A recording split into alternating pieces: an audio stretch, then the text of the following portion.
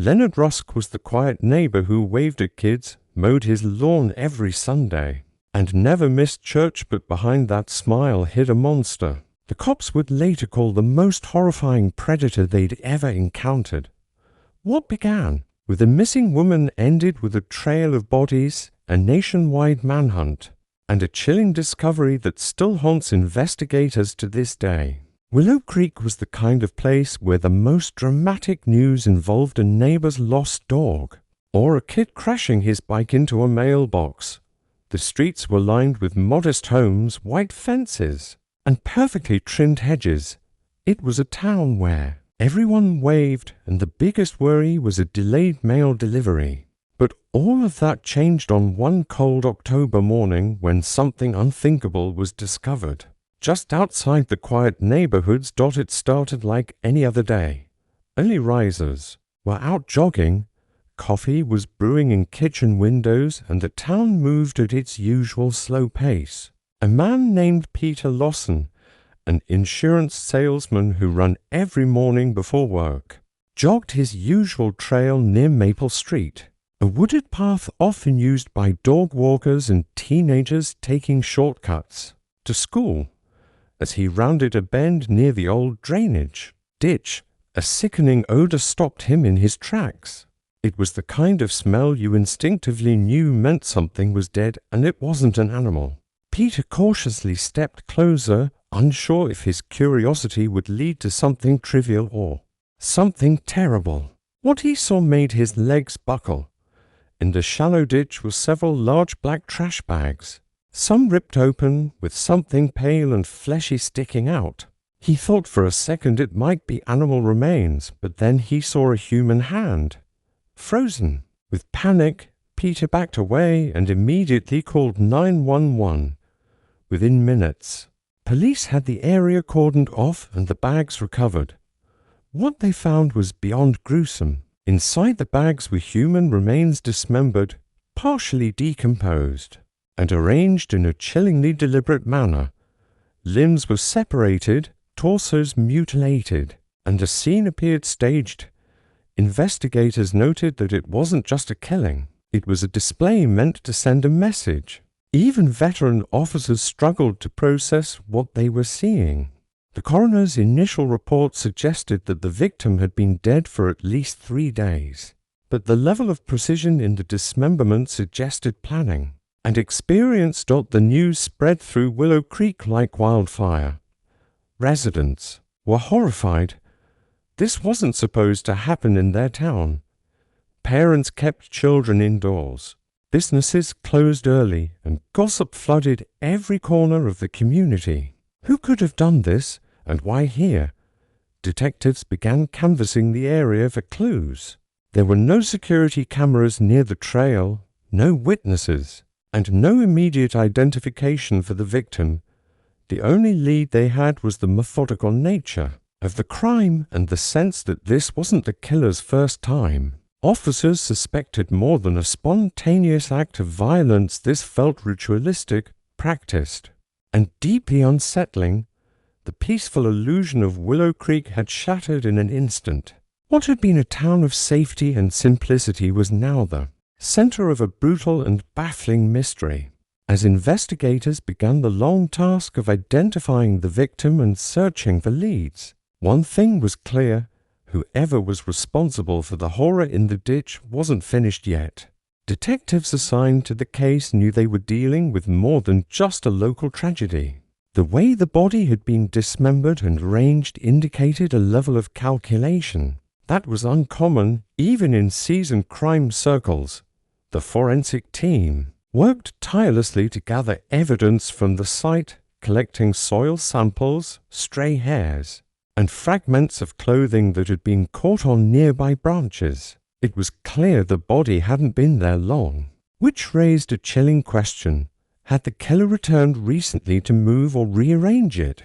While the town of Willow Creek reeled from the news, law enforcement faced mounting pressure. The victim remained unidentified. No missing person report matched the body's description, no dental records, no fingerprints in the system. But what troubled the lead investigator most was the precision. The cuts were clean, anatomical, and systematic. This suggested the killer either had medical knowledge or had done this before. A profiler from the State Bureau was called in. Her analysis painted a disturbing picture. The killer was likely intelligent, organized, and operating with a strong sense of control. As detectives began cross-referencing missing persons from surrounding counties, they also knocked on every door within a 5-mile radius of the discovery site. Most residents were cooperative, shaken, and fearful, but one house stood out. An elderly woman named Mrs. Duval reported seeing a rusted gray van parked along the trail. Several times over the past 2 weeks, she assumed it belonged to hikers or maintenance workers, but something about it didn't sit right. It never stayed more than 30 minutes and always left before sunrise. With that lead, detectives pulled traffic camera footage from surrounding roads. They combed through hours of footage until they spotted the van, a gray 1989 Dodge, driving away from the wooded path around for 12 a.m. to nights before the body was discovered. The plates were blurry, but detectives enhanced the image enough to identify a partial number. It wasn't much, but it was a start. Back at the station, investigators linked the partial plate to a registered van in a nearby town called Jefferson. The owner, Leonard Rusk, a 42-year-old former EMT who had been let go from his job 3 years earlier, under questionable circumstances involving theft of medical supplies. He lived alone in an isolated property on the outskirts of Jefferson, just 30 miles from Willow Creek. Detectives paid a visit to Leonard's home. The yard was overgrown, and the mailbox hadn't been emptied in weeks. No one answered the door, but peering through the window revealed something odd. Blueprints pinned to the walls, photographs of wooded areas, and what looked like anatomy diagrams. With a warrant secured, officers entered the property the next day. What they found inside would unravel everything they thought they knew about the case, and hint that the horror might not be over. Though they had a suspect in sight, no one realized just how far this man's darkness stretched, or how long he'd been hiding in plain sight. The van was just the beginning. Inside Leonard Rusk's house, the air was thick with decay and silence. Investigators moved through each room slowly, documenting everything with photographs and notes. The living room walls were lined with pinned-up maps of forests, highways, and county borders. Red string connected certain points, forming a web of possible locations. On a desk in the corner sat an old, dust-covered laptop. It was password protected, but the tech team took it into evidence. Hopeful it might reveal more than paper trails could. The kitchen was worse. Stains covered the floor near the sink, and inside the fridge were vacuum-sealed bags with unidentified contents. What chilled the team most was the garage. It had been transformed into what looked like an operating room. A gurney stood in the center, its surface stained and scratched. Surgical tools, scalpels, clamps, and syringes were neatly arranged on a metal table nearby. A single overhead light dangled above, casting harsh shadows across the space. There was no question now Leonard Rusk had been doing something here. Something horrific. Tucked away in a drawer in the garage was a notebook. It contained detailed logs of times, dates, locations, and strange symbols. Next to each entry was a coded reference, initials, GPS coordinates, and sometimes the phrase "trial complete." Analysts worked to decode it, quickly realizing the initials corresponded to several unresolved missing person cases from surrounding states. The scope of the case expanded rapidly. What was thought to be a wartime act now looked like a serial operation that had gone undetected. 4 years. While the evidence piled up, Leonard Rusk himself remained missing. Surveillance teams were deployed to known properties and former associates. Meanwhile, the laptop was finally cracked. Inside were hundreds of encrypted files, images, recordings, scanned documents, all methodically archived. One folder was titled Harvest. Within it were chilling photos of victims posed in grotesque ways, their faces partially obscured, but distinguishable to the trained eye. Investigators matched several of them to long-term missing persons. The breakthrough came from one overlooked image. A time stamp placed it just for days before the body in Willow Creek was discovered. In the corner of the photo, a road sign was partially visible. Analysts enhanced the image and traced it to a back road that led to an abandoned ranger's cabin. Deep in the woods, a search team was dispatched immediately. When they reached the cabin, the place looked undisturbed, but inside told another story. More surgical tools, blood-stained sheets, and bags of lime were found. Most disturbing was the discovery of a hidden basement hatch beneath the floorboards. Downstairs, investigators found cages old, rusted and empty. Chains were bolted into the concrete floor. The walls had deep scratch marks. There were audio recordings on a handheld device, all labeled by date. What they heard confirmed their worst fears. Victims had been held there, tortured, and eventually killed. Leonard Rusk wasn't just a murderer. He was a calculated predator who had evaded detection for years. And now, with each new clue, it became terrifyingly clear he might not be finished yet. The media frenzy around the Leonard Rusk case reached new heights as the public learned more about the horrifying discoveries. In the basement of the abandoned ranger's cabin, news outlets ran headlines calling him the Shadow Surgeon and America's Silent Monster. Families of missing persons across several states began calling authorities, hoping for answers or closure, while investigators combed through every piece of digital and physical evidence. A disturbing pattern emerged. Rusk had an unmistakable method. He carefully chose victims who lived on the margins of society. Most had no close family, minimal social media presence, or histories of transience. This made it easier for him to abduct them without drawing attention. Authorities uncovered that he would often pose as a helpful stranger or offer odd jobs through fake ads.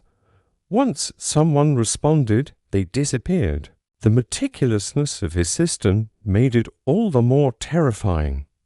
Rusk had operated right under law enforcement's nose for years, and no one had connected the dots until now. As investigators dug deeper into his past, a profile began to form. Leonard Rusk had studied biomedical engineering in his 20s, but dropped out abruptly during his second year. He had a history of mental instability and several sealed juvenile records. There were unverified reports that he had once been institutionalized after a violent episode in his teens. Despite his dark history, he managed to avoid any major criminal charges in adulthood. He moved frequently, changed jobs often, and used a network of fake identities to remain undetected. An analysis of the maps found in his home revealed travel patterns that were both erratic and calculated. Red pins clustered around remote areas, with poor cell coverage and minimal law enforcement presence. Investigators suspected that Rusk may have built underground holding cells or hidden drop sites. In some of those areas, search teams were dispatched across the states using cadaver dogs, drones, and ground-penetrating radar. One of the most chilling revelations came from an unmarked USB drive found inside the lining of an old duffel bag in Rusk's attic. It contained what appeared to be a journal audio recordings in his own voice.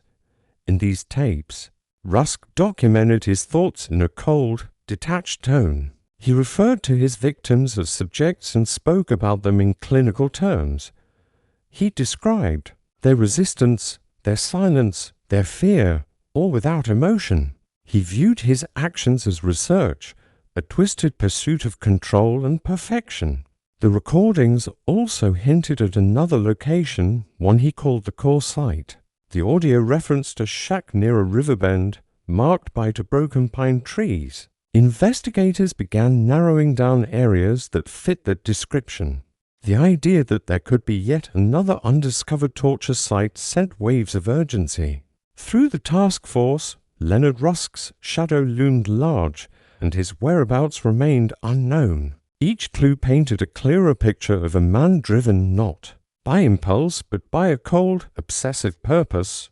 The fear now was not just what he had already done, but what he might still be planning, if he wasn't found soon.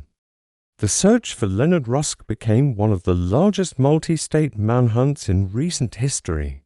Every law enforcement agency involved faced mounting pressure from the public and media, demanding answers and, more importantly, justice.